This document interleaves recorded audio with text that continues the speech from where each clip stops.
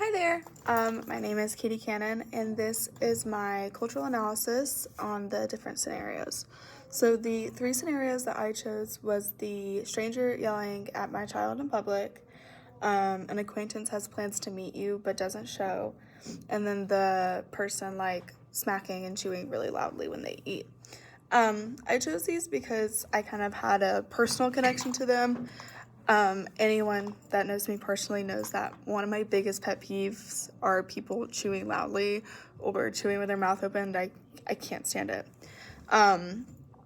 So for the first one, I had to do a little bit of research on these. The first one, the stranger yelling at my child, I could not imagine a situation where this would be okay. But after doing some research, I realized that in some cultures, all of the adults believe that it's like their own responsibility to raise all of the children. Personally, if a stranger that I didn't know was yelling at my child in public, I would be furious.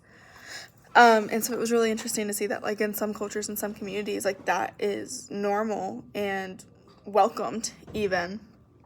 Secondly, the acquaintance plans to meet you and doesn't show. Something that was instilled in me at a very young age was if you're on time, you're late. And so I get everywhere I need to be 10 minutes early. And I normally, just for my own comfort reasons, I like to kind of like sit in my car and decompress before I go in anywhere.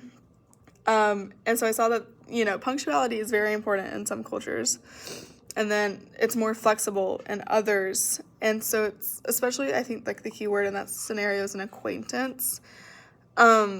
Personally, if it was someone that, like, I didn't know that well and I was, like, meeting them for coffee to get to know them a little better, or it was, like, a work colleague that I didn't know that well and we were meeting up to talk about, something work-related, I would be very upset if they didn't show up. But saying that flexibility is more common in other communities didn't surprise me because I guess, it's their culture, is what they do, but it's kind of a culture shock. And then lastly, I saved the best for the last, because this blew my mind. In some cultures and communities, it is polite to smack and make noise while you're eating because it's showing that you're enjoying the food. I would not last long in that kind of situation. And, like, my final thoughts for this is just to avoid jumping to conclusions, because we are all very different. We all come from different backgrounds, especially cultural backgrounds. And so it's really important not to jump to those conclusions because you don't know how they were raised or, like the chewing. They might think it's polite, and if they didn't do it, it would be impolite, where, like, me, I view it as the complete opposite. So yeah, I really enjoyed the chance to research these cultural norms more, just because it does kind of open your eyes to what is normal for other people.